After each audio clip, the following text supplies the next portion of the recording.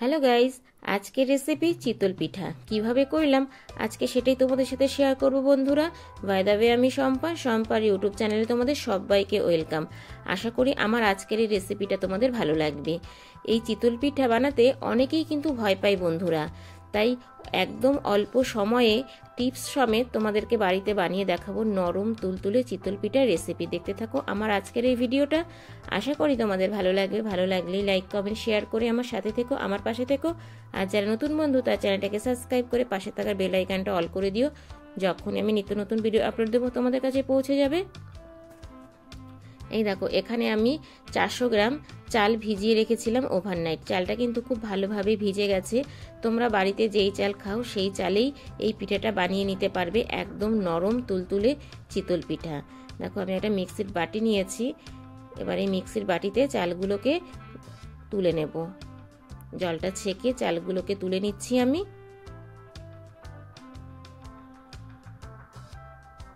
তবে চালটা কিন্তু আমি ভালো করে ধুয়ে তারপরে ভিজিয়েছিলাম, 3-4 বার জল দিয়ে ধুয়ে তোমরা ভিজিয়ে নেবে। চালটা আমি নিয়ে নিলাম মিক্সির বাটিতে। এবার আমি পরিষ্কার অল্প জল দিয়ে দিলাম। এবার ঢাকনাটা আটকে ভালো করে পেস্ট করে নিচ্ছি। ফিরে আসছি বন্ধুরা পেস্ট করে। এই দেখো বন্ধুরা, পেস্ট করা হয়ে গেছে। দেখো কতটা সুন্দরভাবে পেস্ট করেছি, তোমরা দেখলেই বুঝতে পারবে।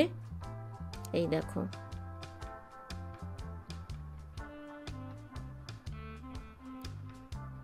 কতটা সুন্দর পেস্ট হয়েছে। এবার পেস্টটাকে আমি একটা বাটির মধ্যে ঢেলে নেব। দেখো, আমি একটা কাচের বাটি নিয়ে নিয়েছি। এবার পুরো পেস্ট আমি এখানে দিয়ে দিচ্ছি। তবে ব্যাটারের ঘনত্বটা কিন্তু অনেক, আর এই চিতল পিঠা করার জন্যে ব্যাটারটাকে আমি একটু পাতলা করে নেব।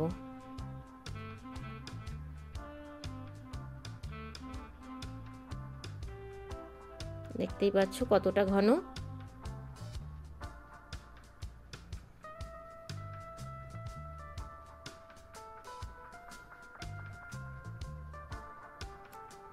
এবার আমি অল্প উষ্ণ গরম জল দিয়ে ব্যাটারটাকে পাতলা করে নেব। তবে অবশ্যই এখানে উষ্ণ গরম জল ব্যবহার করতে হবে বন্ধুরা, কখনোই তোমরা ঠান্ডা জল কিন্তু দেবে না। অল্প অল্প করে উষ্ণ গরম জল দিয়ে ব্যাটারটাকে ভালো করে আমি পাতলা করে নেব। দেখো বন্ধুরা, তোমাদেরকে দেখাচ্ছি ব্যাটারের ঘনত্বটা। এই দেখো, ঠিক এইরকম রাখতে হবে চিতল পিঠের জন্যে। তবে তোমরা কি করে বুঝবে যে ব্যাটারটা রেডি হয়ে গেছে? এই দেখো, এরকম একটা হাতা নেবে আর পেছনটা ঠিক এইরকমই একটা হালকা লেয়ার পড়বে, তখনই তোমরা বুঝতে পারবে যে এই ব্যাটারটা রেডি হয়ে গেছে পিঠের জন্যে।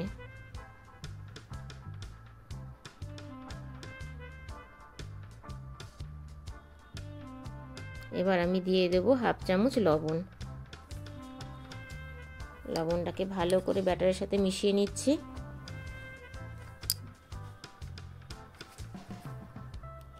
আর দিয়ে দেব 1 চামচ বেকিং পাউডার। বেকিং পাউডারটাও আবার ভালো করে মিশিয়ে নেব আমি।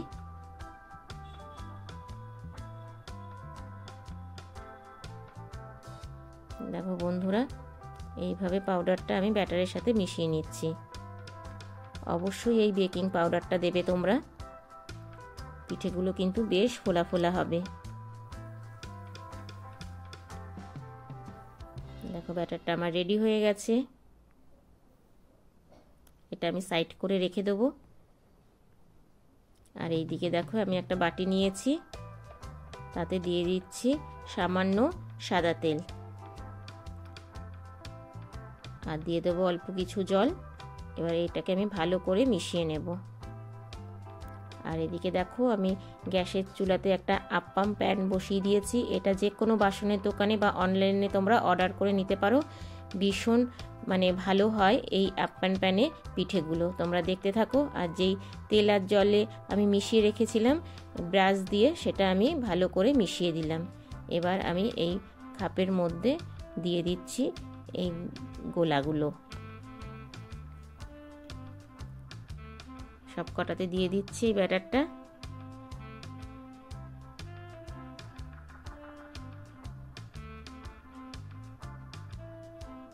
দেখো বন্ধুরা দেওয়া হয়ে গেছে। এবার গ্যাসের ফ্লেমটা লো করে আমি 5 মিনিটের জন্য একটু ঢেকে দেব। ফিরে আসলাম 5 মিনিট পরে। দেখো বন্ধুরা কত সুন্দর ফুলেছে। এবার আমি তুলে নিচ্ছি। দেখো বন্ধুরা খুব সহজেই কিন্তু পিঠেগুলো উঠে যাচ্ছে, দেখতেই পাচ্ছ। আর দেখে তোমরা বুঝতেই পারছো যে কত সোজা এই পিঠেটা বাড়িতে বানানো। দেখো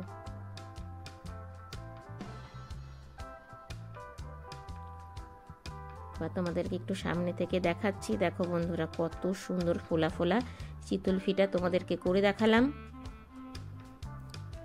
তবে এই গরম গরম চিতল পিঠা তোমরা দুধ দিয়ে খেতে পারো বা খেজুরি গুড় দিয়ে খেতে পারো। তবে আমি এই পিঠেগুলো কিন্তু দুধে চোবাবো, তোমরা দেখতে থাকো। দুধে চুবিয়ে দিলে এই পিঠেগুলো কিন্তু আরো ভীষণ নরম খেতে হয় বন্ধুরা।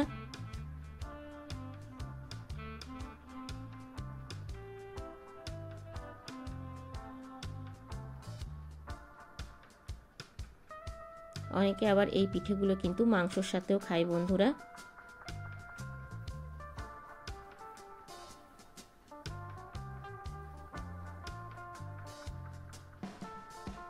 সবকটা পিঠে আমি তুলে নিচ্ছি।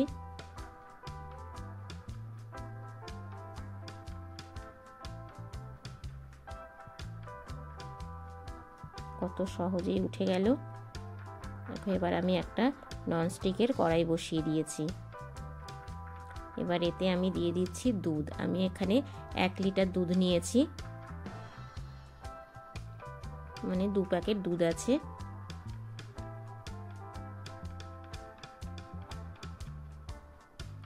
পুরো দুধটা আমি দিয়ে দিলাম কড়াইতে।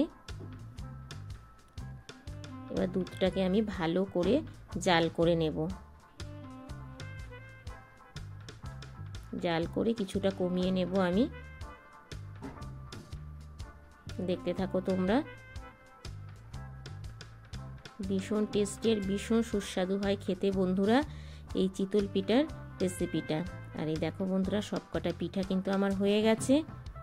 এই দেখো কত সুন্দর ফোলা ফোলা পিঠে হয়েছে, দেখতেই পাচ্ছ। অবশ্যই বাড়িতে তোমরা এইভাবে একবার ট্রাই করবে।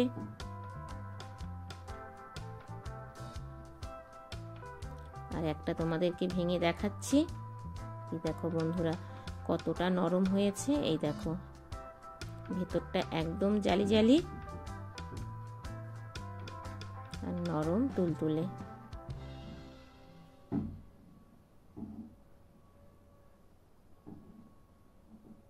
দেখো এদিকে দুধটা আমার জাল হয়ে এসেছে।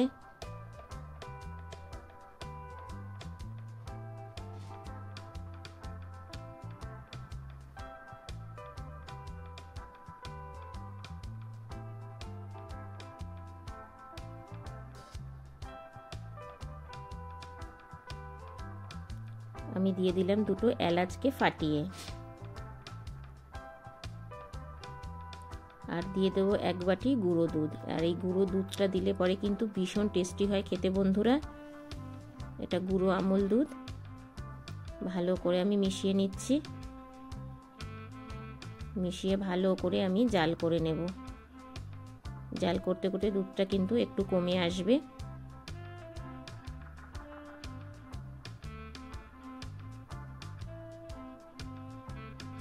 বাচ্চা বড় সবাই খেতে এই পিঠেটা কিন্তু ভীষণ পছন্দ করে বন্ধুরা।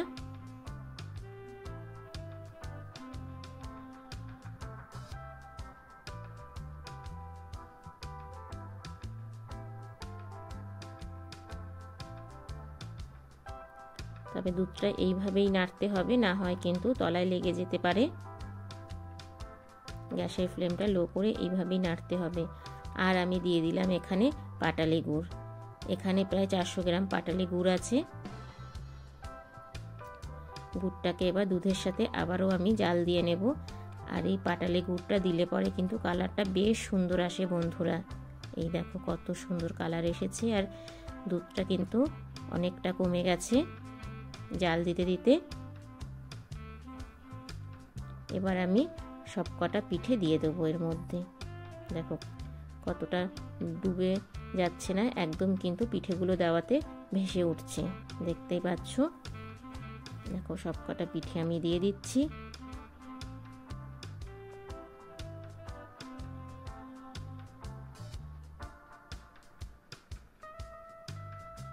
বন্ধুরা দেখে কি মনে হচ্ছে একদম লোভনীয়? তো খুব অল্প সময়তে বাড়িতে তোমরা এই পিঠেটা বানিয়ে নিতে পারবে। দেখো সব কটা পিঠে আমি দুধের মধ্যে ডুবিয়ে দিলাম।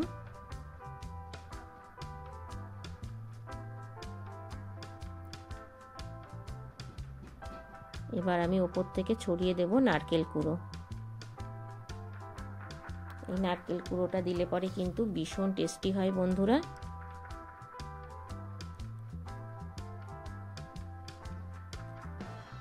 এটা দিয়ে এবার গ্যাসের ফ্লেমটা বন্ধ করে আমি 2 ঘন্টা রেখে দেবো। 2 ঘন্টা পর ফিরে আসছি বন্ধুরা।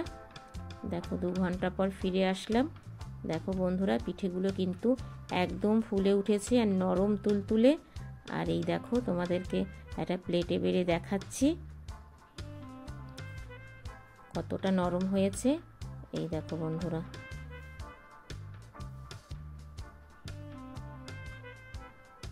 দেখো দুধে ভেজার পরে পিঠেটা আরো নরম হয়ে গেছে, দেখতেই পাচ্ছ।